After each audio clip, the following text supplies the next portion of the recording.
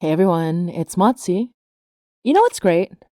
All you listeners, both the brand new listeners who just discovered Hainai, and those who've been with us for the last few years. The support has been immense. We literally jumped from 50 to 500 listeners per episode between December and February. It's amazing. You know what's not great? Being unemployed. It's not great. I've always wanted to share Hainai regardless of how much it earned financially, but the past year has been extra rough on me as an animator. I'm a professional animator. I've been out of work since September because of animated shows getting cancelled, cut, or never released at all, followed by major and extremely justified strikes where no new content was getting made. Currently, Hainai is the only regular source of income that I have that isn't going straight into rent or groceries, and thanks to both our Patreon and our brand new ad revenue, we've been able to make the show more sustainable than ever before. While I'm hoping to find work soon and not have to worry about the state of our Patreon, it would be really cool if I could do Hainai full-time. Create a much larger backlog of episodes, and even create more bonus episodes for patrons. The best way to support us is to become a patron. Our lowest tier is only $3 a month and gets you access to all our bonus audio content, as well as our early access program, letting you listen to brand new episodes 3 days in advance when I'm not getting sick. Our higher tiers, such as the $5 tier, allows you to get all our bonus art and video content, and our $10 tier allows you access to our Patreon exclusive bonus episodes. You can subscribe at patreon.com/HainaiPod. Now, even if you can't become a patron at this time, it's hard out there, I know. Just listening to Hainai is already a big help. Those hilariously long Acast ads at the beginning and end of our episodes contribute to our ad revenue, which gets paid out every time we hit $200. Fun fact. Most importantly, telling other people about the podcast and getting more people to listen will help us most in the long run. If you like Hainai and think others would like it, please let them know. And as always, before I die of embarrassment for asking you to subscribe to our Patreon, thank you, we love you, and maraming salamat. Enjoy this brand new Hainai episode.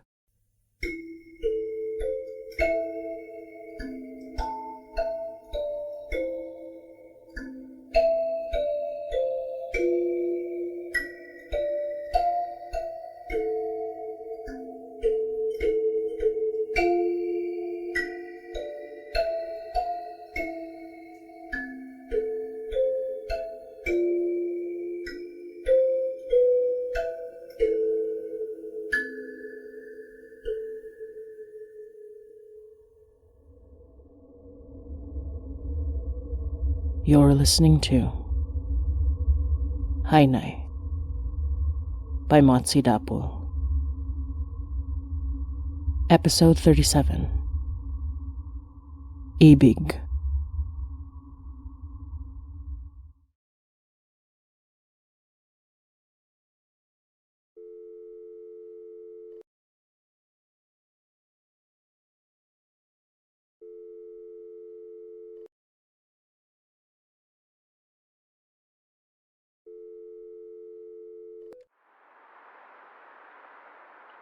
You know me, Nan. I'm doing fine. Not winning any popularity contests, but no one wants to cross the quiet one. Anyways, what else do you need from down here? I'm coming up tomorrow and sorry, Nan. 1 sec. I'll give you a call back. Yeah, don't worry. I'm fine. It's fine. Alright? I'll talk to you soon. Hey. Hey, buddy. It's freezing out. You can't be sleeping out here. There's a shelter on,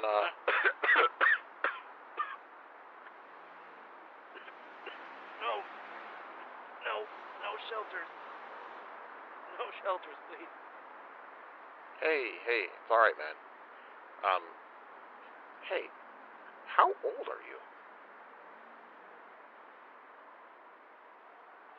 Alright, come on. You have to get up.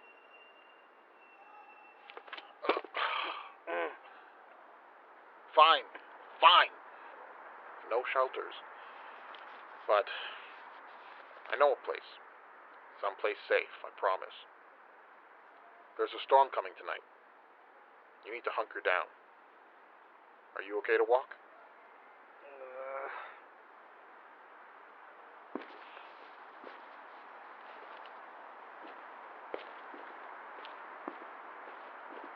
Don't you know you gotta buy a guy a drink first before you bring him home? Huh. Hey, you got a name?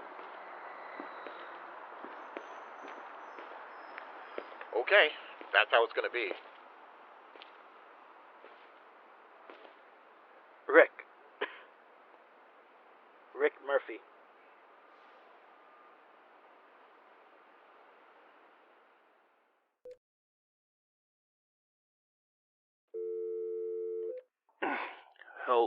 Hello? Rick! Kasi, Mari butan to lawa. Mari ni say si sa happy couple la manap. Mana Mari say Mari say sila. Ash, you're not speaking English again, and I can only understand so much of... Wait, where are you? It's like 1 a.m, and are you drunk? Oh, yes, my dear, sorry. My clients from tonight, you know the ones.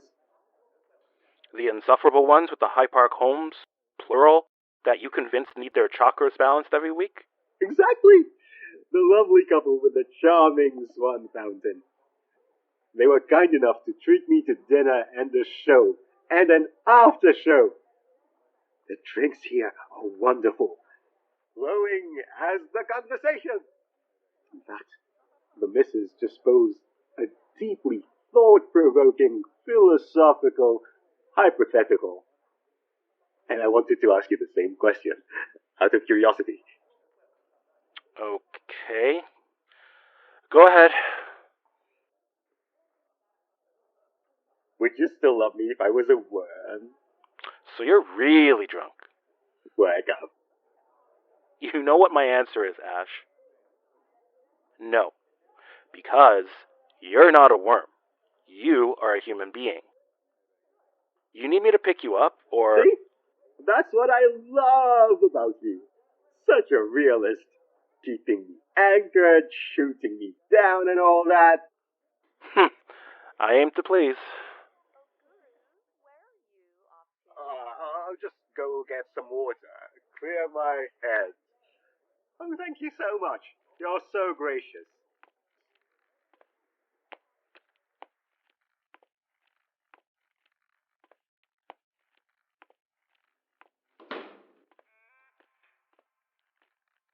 Indulge me in another hypothetical. Uh-oh. Damn right, uh-oh. Say you're Spider-Man. I'm gonna hang up if you don't actually need anything. And you're doing that thing where he has to hold on to 2 webs attached to a bus and a car or whatever, and, Goodbye, Ash. All right. You're not Spider-Man, jeez. Got your water? If you need me to get you out of there, you know you just have to ask. If there were a trolley, and you had to pick between saving my life and saving Donna's life, which would you pick? Seriously? Sorry. I didn't mean it. Jeez, Ash. Because I know what the answer is. Hey. I'm not stupid, you know? I know what he is to you. I didn't get into this relationship blind. Even if this mustache beard combo can sometimes limit visibility. Ashvin. But hey, I didn't mind it much. That you're hopelessly in love with him. Wow. Thanks. Because in the grand scheme of things, I don't care. I love you. Don't. And you know I do. You know I love you. And I know you like to play it cool or whatever. But I know you love me too. Because even if you were doing something important right now, you'd drop it just to pick me up if I asked. And you'd make sure I drank enough water, you'd make me breakfast in the morning, and a prairie oyster to soothe my hangover. But that's What worries me? I don't follow. Do you remember what I said to you when we started dating? Do you still have chlamydia? Yes, but the other thing. Hmm? You asked me if I had any problems with your past promiscuity. And I said, That if you woke up one day and I cheated on you with 30 other guys, you wouldn't care and you wouldn't worry, as long as I was honest. well, and as long as you didn't bring chlamydia into the relationship. Okay. But I lied about one thing. About worrying. Not that you wouldn't still love me. You're an incredibly selfless person, Richard Murphy. Acts of service are your love language, or whatever bunk they call it. I worry that you don't know how to exist outside of that. Okay. You can go home yourself then. I'm serious. I know, and that's what makes this whole thing worse. I don't need you psychoanalyzing me while you're 12 drinks deep with an eccentric rich couple I'm not entirely convinced isn't going to hunt you for sport at the end of this. Don't worry. When they asked if I wanted to see their private lodge 2 hours out of the city, I said no. You don't have to worry about me. I just like to do things for people I love. Now that we're talking about it, are you sure it doesn't bother you? Only that you have terrible taste. I mean, really? Donner.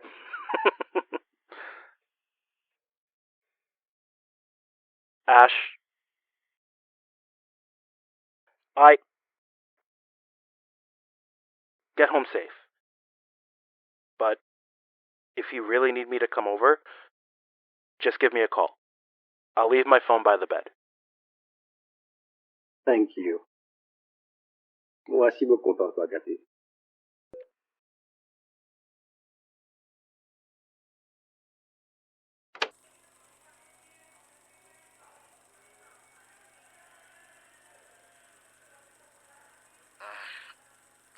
Mari? Hey. You're okay. Here. Some water. Wait, I have to. I gotta... Stop. You need to rest. You had a rough night, and the doctor gave you some hella meds. You shouldn't even be awake.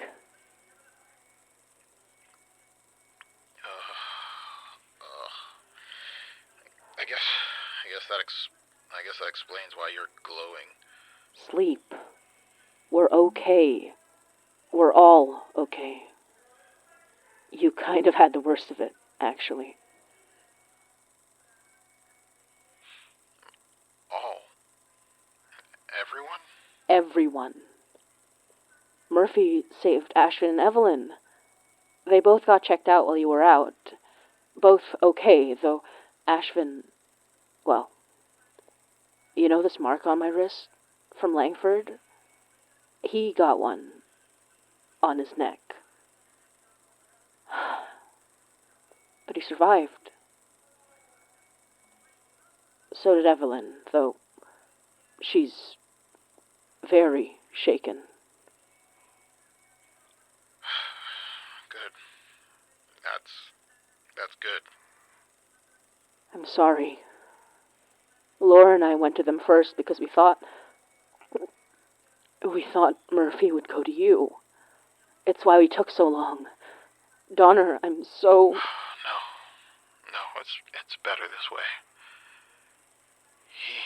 He saved them. And you got to me. Just in time. You saved me.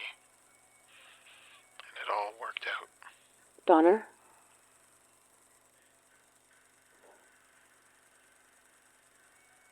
I didn't save you. And I don't know who did.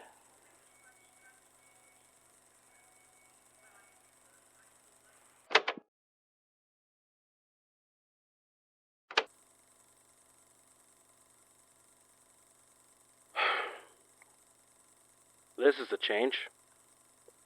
Laura and I were the only ones who weren't. Well, I'm taking the statement this time.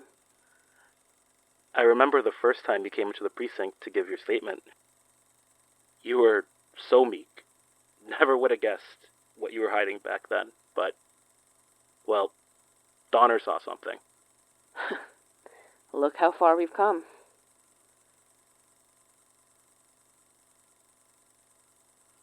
How is he? He's recovering. Bruised and bloodied, but nothing broken. Doctor had to put him on some strong meds to keep him under, but he'll be okay. Good. Good. So, officer, what do you want to know? I just took Ashvin's statement, so I know what he knows about tonight. And I guess all I really want to know is why.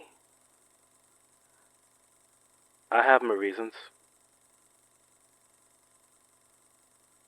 I know you don't like me. And how do you figure that? Murphy, I'm not stupid. And even if I can sometimes be obvious about my own feelings, it doesn't mean I'm incapable of reading subtlety. I like you fine, Mari. Why wouldn't I?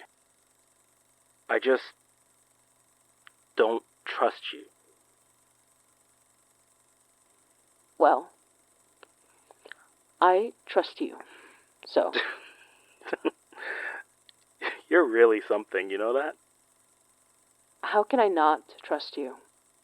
You've always been there to help me. Help Laura, help Ashvin, help Donner. And you're the only person who's seen it. Seen what? What I'm afraid of. More than anything. Back when you rescued Laura together, you remember? What? The bugs? Yeah. The bugs. And I saw what you were afraid of. More than anything. Ah. So I trust you. And I know you, kind of. Well, it's more that Laura knows you, and I know Laura. And she was so sure that she knew what you do, but... Guess I'm just full of surprises.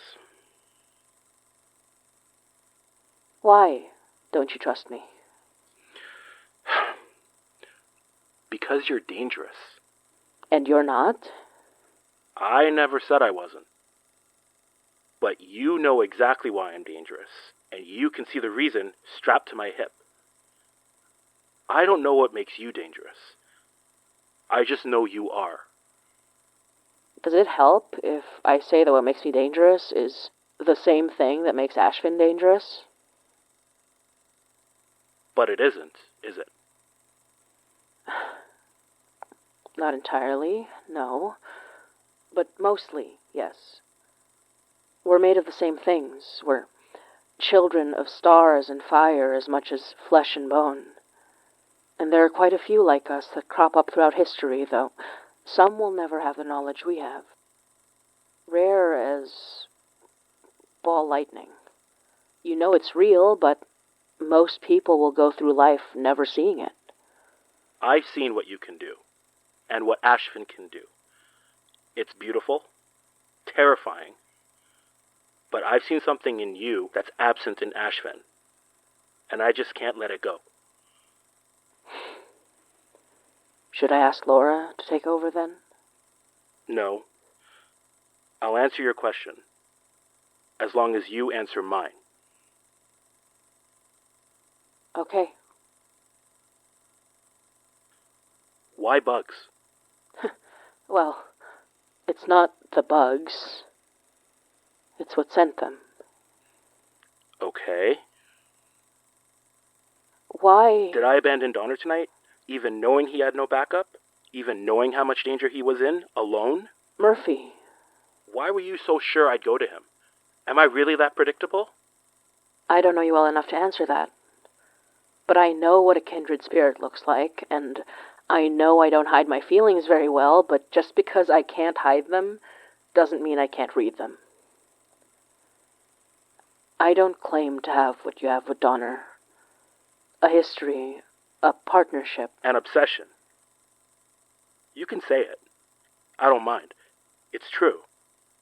A mindless devotion, pure, unadulterated, one-sided. So obvious that you had me pegged, that you expected me to play my part. And I screwed it all up. You didn't, though. You saved Ashvin's life. Murphy, I'm not here to psychoanalyze you or make any assumptions about you or judge you for what you did and how you feel. I just want to understand. I want to listen, if you let me, because what you did tonight, it doesn't follow. Let's make a deal. I'll tell you why, and you tell me what makes you so different from Ashvin and every other magical asshole we face down. Deal. Okay. Guess it's fitting. You're the only one who could have possibly understand what this feels like. So let me start by asking you, why do you love Donner? That's a tough question. I guess it's easy, too. He makes it easy. He cares so much. When we faced the cold ghost together, he found me and gave me his coat, and that's kind of where it started, but there's this distance, too, that made it feel safe to have all these complicated feelings for him. Like when you're watching someone in a crowd for a long time because you know they'll never turn to look at you. So you know it's safe to keep staring. And you get comfortable with that, but when they never turn to look, you feel this bitter disappointment anyway. I don't know if that makes sense. It does. You and Laura weren't wrong to expect me to run to Donner's side. It's not like I haven't set the precedent. He's my partner, and that was how I decided to live my life, because I owed him that. He saved my life, you know. Not in any sort of supernatural encounter or monster attack or anything. If it wasn't for him, I would have frozen to death on the street. Because I was half out of my mind with hunger and whatever I'd taken that day to take the edge off. I was a mess. And he let me stay at his place for months until I got on my feet. You know, the only reason why I got into this job was to support him, because it was the least I could do. He was my family, because I had none. Not anymore. Him, his nan, even his mentor, Dooley. But Ash said you left to see family. There's more than one way to lose a family. The timing wasn't great, but my little brother got in touch. I hadn't spoken to him in a decade, but he tracked me down. The only reason I agreed to come see him was because our parents didn't know. Said he wanted to come live with me, and, well, I was supposed to bring it up with Ashvin before tonight. If you need anything... Thanks, Mari. Like I said, I don't hate you. It might be hard to believe, but actually, I love you. Yeah. In the very least, I care about you. You're kidding. Do I look like the kind of person who'd lie about that? No, but... I know, it's fucked up. But it's true. You, Laura, Ashvin, Evelyn, I didn't have people outside of Donner and Donner's loved ones for so damn long. Nobody mattered enough or stayed long enough to become my people. Not that I'd let them. Then there was you. You and Laura. And then I met Ash. Even if I was afraid of the danger you posed, I couldn't imagine losing one of my people. Murphy. But it's only been a year. Only a year after 15 years where all I had was Donner. I knew exactly who I was all those years because I only existed for one person. And no matter what horrific shit we had to face on the job, I had his back, and he had mine. So, there was nothing to be afraid of, not really. Just another day on the job, just another body, just another mystery, just another case where we were too little, too late to get any real answers. It was simple after a while. I didn't have to be anything at all except Donner's partner. It was easier that way. Instead of trying to think of who I was on my own, outside of how useful I could be. And what did Donner think of all this? I wouldn't know. He never said anything about it. I don't think he ever really knew how I felt. At least I hope not. Because the alternative is that he knew exactly how empty I really was. But you're not empty. At least, not anymore. No. When I got off the train and realized that I was needed in 2 places at once with 2 people I loved in danger, I already decided that I would go to Donner, like always. I decided to do exactly what I was meant to do, and I got in my car, and I went to Mount Pleasant, took my shotgun, and blew that elder's brains out. And I didn't think once about Donner, for hours, until you sent that text. Ambulance, Donner down.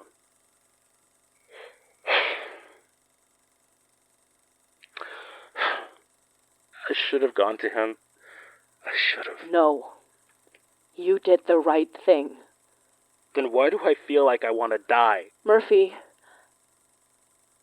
ask me your question.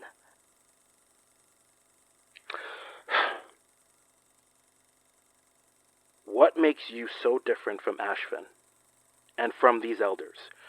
What makes me so afraid of you? I don't know.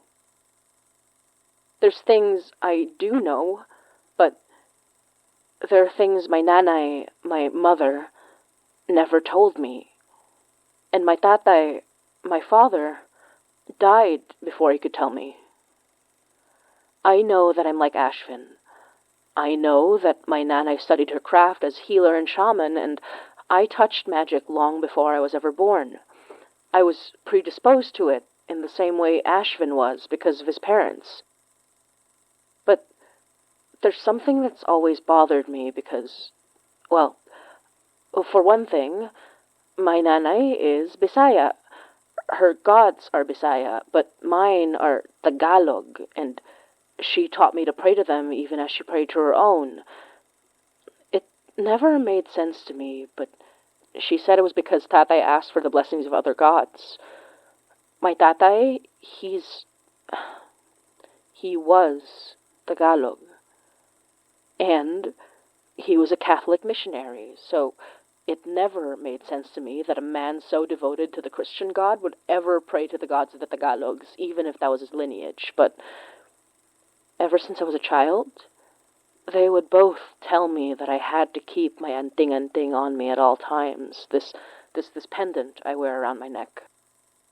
This pendant, it talks about how I'm under the protection of Lakampati, a mother goddess of the Tagalogs, both male and female, best known for her compassion.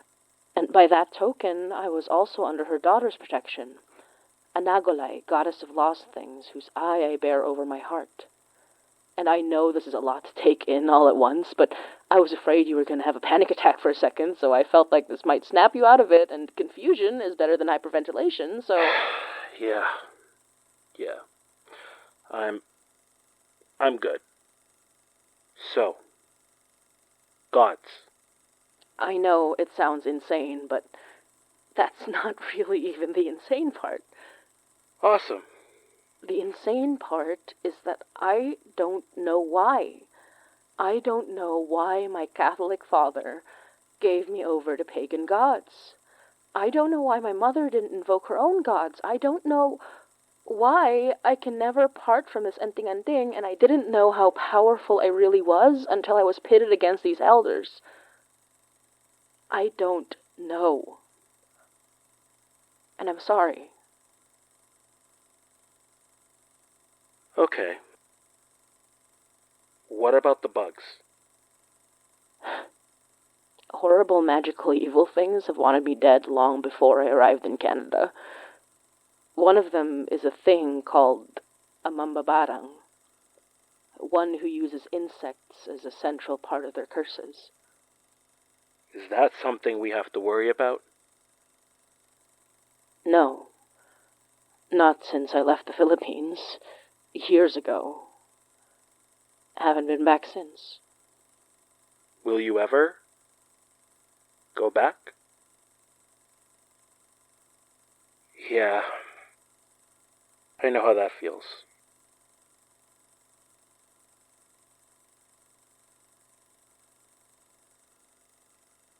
That thing's still running, huh? Oh, yeah. Guess this one's not going to Donner. I'll put in a new one for your, statement. How is he, by the way? Donner? Ashvin, you said you took a statement earlier. You really hurt him, Murphy.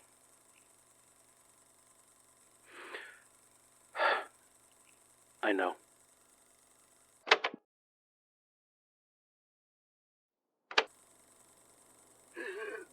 Evelyn, are you okay?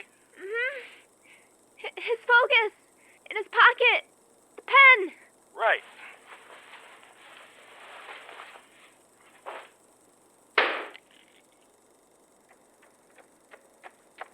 Ash?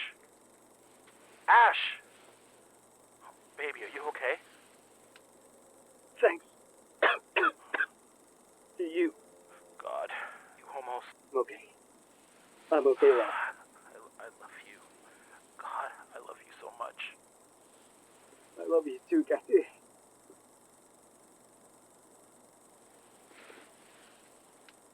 We need to break up.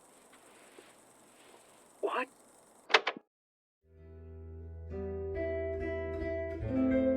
You're listening to Hai Nai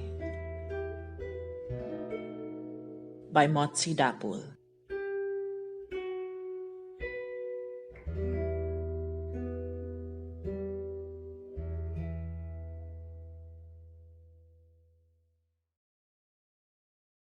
Hi everyone, it's Motzie. The situation in Gaza remains dire. Pressure to allow aid into Gaza has resulted in airdrops, which have killed 5 people, according to the Associated Press. Due to the danger presented by these airdrops, alternative methods of relief have been implemented. The World Central Kitchen sent food on a ship run by Spanish aid group Open Arms last Friday, inaugurating a sea route from Cyprus, While I don't want to pretend the situation isn't still very bad, with Israeli soldiers still killing civilians, I do want to make it clear that consistent public pressure is making headway, and support for humanitarian aid has had a direct effect. The World Central Kitchen has used its donations to deliver food and open kitchens in Gaza. eSIMs for Gaza is continuously allowing people to stay connected and online. They need more eSIMs, please consider making them a regular donation if you can. And Care for Gaza continues to provide aid from within Gaza. The Palestine Children's Relief Fund, or the PCRF, has been posting about children who've been evacuated and able to receive medical aid. Even if the news has been devastating, it's never hopeless, and we need to keep pushing until Palestinians are free and safe. Please don't forget that. Thank you, and we love you. Kalayaan para sa Palestina. Ingat. Crimes of the Marcoses. It's no surprise by now that the Marcos family has built their dynasty by avoiding accountability for their crimes and corruption. They've rehabilitated and manipulated their media presence so much over the years that their image now has been largely whitewashed, constantly portraying themselves as victims of propaganda. One way they've done so is by being incredibly selective with interviews. They rarely participate in one-on-one interviews.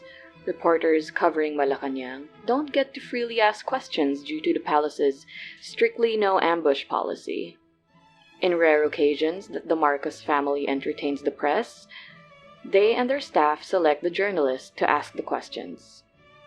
However, when abroad, Bongbong Marcos tends to lower his guard, likely taking advantage of the fact that international journalists don't prefer to step on any diplomatic toes, which was probably why Marcos was caught unawares by his interview with ABC anchor Sarah Ferguson. After a series of questions on security issues concerning the Philippines, Ferguson shifted the discussion to Ferdinand Marcos Sr.'s plunder. She asked point blank, "I think contemporary court judgments acknowledge the atrocities that were committed, but also the plunder of the country's resources. Why wouldn't you want all of that money back in the hands of the Filipino people?" Marcos was clearly flustered, but was not given any room to brush it off. When his initial response was to laugh, Ferguson asked, "May I just ask why you think that's funny?" Marcos could only stutter his way to a non-answer. It is quite rare that journalists are so direct with the president, and his inability to give a straight answer speaks to the veracity of his claims. It is quite a small thing, but hopefully this motivates more journalists in the future to be more aggressive in seeking culpability from a family of dictators. Hey everyone, this is Reg Helly, co-creator and co-producer of Hainai. Hainai is a podcast produced by Motzie Dapul, Yoi Halago, Alisa Jimenez, and me, and licensed under a Creative Commons Attribution Non-Commercial Share-alike 4.0 International License. This episode was co-produced by Jesse Goodsell and written and directed by Motzie Dapul, who also plays the role of Mari Datuin. The role of Murphy was played by Edward Boxler. The role of Ashvin was played by Adil R. The role of Donner was played by Leon Johnson. And the role of Evelyn was played by Natalie. If you'd like to chat with other listeners when this episode goes live, we do a live premiere every other Sunday at 9 p.m. Eastern Standard Time or Toronto time on our YouTube channel, youtube.com/HainaiPod. That's HINAYPOD. To help support the production of Hainai, you can subscribe to our Patreon, patreon.com/HainaiPod. You'll get to be part of our early access program where we release episodes 3 days earlier on Thursday at 9 p.m. EST or Toronto time. You can also get bonus video, audio, art, and so much more. Speaking of Patreon, we'd love to give a shout out to the following patrons for their fabulous support: Victoria Goodwin, Pablo Neurotic, Melissa, Megan, Malaya Light, Madeline Hicks, Evie Smith, Danny, and Jesse Goodsell. If you can't subscribe monthly, you also have the option to buy us a milk tea and coffee, coffee.com/HainaiPod. That's ko-fi.com/HainaiPod. Our ad-free Hainai album, which has our official music and full episodes from Act 1 and 2, is also available in both Patreon and the Coffee Store. Check out our website, hinaypod.com, for more information, and for more news and updates, don't forget to follow us on our blog, hinaypod.tumblr.com, as well as our socials, Twitter, Facebook, and Instagram, at hinaypod. Hinay is available on Acast and wherever you listen to podcasts. We hope you enjoy our Act 3 episodes, and as always, thank you, we love you, and hanggang sa muli.